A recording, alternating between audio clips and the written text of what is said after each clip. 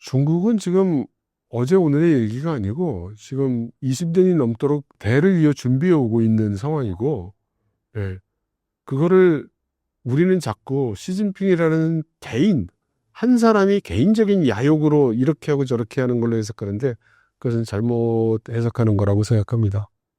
TSMC는 대만을 지켜주는 수호신이 될 수 있을까요? TSMC가 총칼이 아닌데 어떻게 대만을 지켜주겠어요? 그런데 이제 TSMC가 특히 미국에게 없어서는 안 되는 존재가 되다 보니 그로 인해서 미국이 우리를 보호해 줄 거라는 그런 마음들이 많고, 그래서 대만 사람들이 TSMC에 대해서 너무나 자부심도 주고 감사도 하고 이러고 있죠. 그래서 그 대만 사람들이 이제 TSMC를 호국 신산, 나라를 지켜주는 신성한 산이라고 부르거든요. 말을 들어보니까 그 TSMC에 출근할 때 원래 중국어로 출근한다는 말이 상반이에요.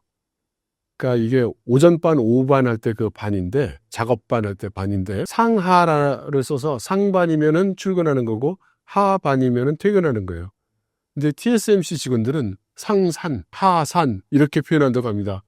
호국신산에 오늘 갔다가 이제 온다고. 그리고 이 TSMC의 기술을 빼가려고 간사한 그 한국인들과 삼성 애들이 호시탐탐 누리고 있어서, 한국인이나 그 삼성 관계된 사람들에 대한 경계심이 아주 대단히 강하더라고요.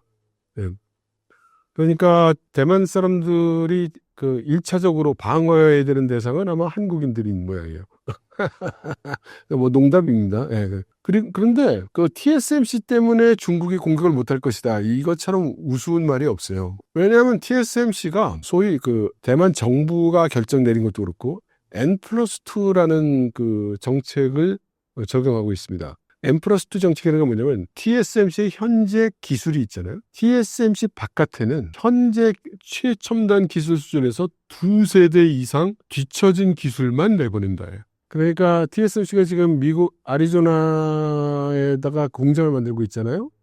그게 최첨단 공장은 아니라는 거죠.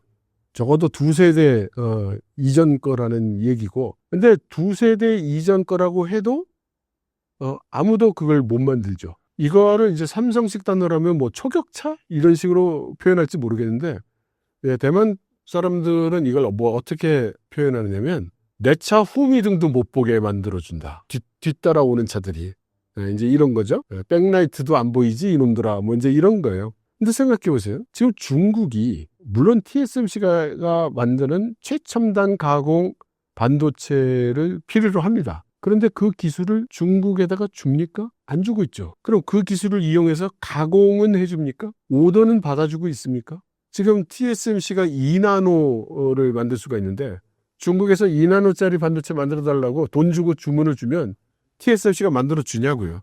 안 만들어줍니다. 그러면 지금 TSMC의 2나노, 3나노, 4나노 이런 최첨단 공정으로 반도체를 만들어 달라고 부탁하고 사가는 기업은 어느 나라 기업일까요? 다 미국 기업이에요.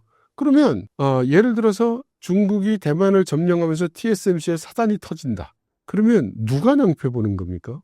현재 중국은 TSMC 타이완 공장에서 생산되는 물건 가져가는 게 없잖아요. 2나노? 못 사고 있잖아요. 4나노? 못 사고 있잖아요. 그거 다 미국에서 사는 거예요. 그러니 타이완에 문제가 생기면 큰일 나기 때문에 중국이 타이완을 공격하지 못할 것이다. 저는 그 논리가 도대체 어떻게 해서 그런 논리가 되는지 잘 모르겠습니다. 대만 국민은 TSMC를 미군이 지켜줄 거로 생각하나요? 그럴 것 같지? 라고 설문조사를 해봤더니 대만 국민의 약 60% 정도가 그럴 것 같다고 대답을 했다고 합니다. 그러니까 그렇게까지 그 신뢰도가 높은 건 아니에요. 다만 이제 미군 입장은 확실히 미 정부보다는 강경한 건 사실인 것 같습니다. 네. 미국 정부와 미국 군대의 입장은 다른가요? 조금 다르죠. 그러니까 미군은 전쟁이 나면 날아오는 총알 앞에 쓸 사람들이잖아요. 그 다음에 미 정부는 저희 워싱턴의 책상 뒤에 앉아서 띵까띵 하는 사람들이고요. 그러니까 그 사안을 보는 눈이 다를 수밖에 없습니다.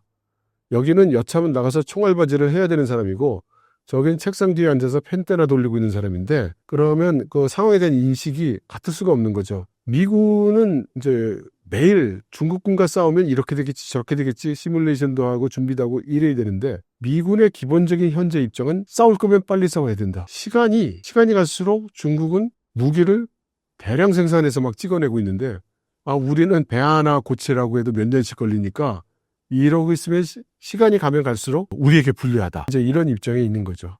현재 중국에 대한 미군의 경각심이 굉장히 높은 상태인 것 같습니다. 그렇죠. 하루가 멀다 하고 신무기가 나오고 있어요. 지금 뭐 실험실 이야기 때문에 이제 실전에 적용되려면 한참 더 걸리겠지만 어제인 것 같아요. 어제 발표가 났습니다. 중국이 북경에 있는 실험실에서 마하 6에서 마하 15 사이에 속도를 낼 수 있는 엔진을 테스트하는 데 성공했다고요. 그러니까 그런 정보를 보고 있는 미군의 마음이 어떻겠느냐고요.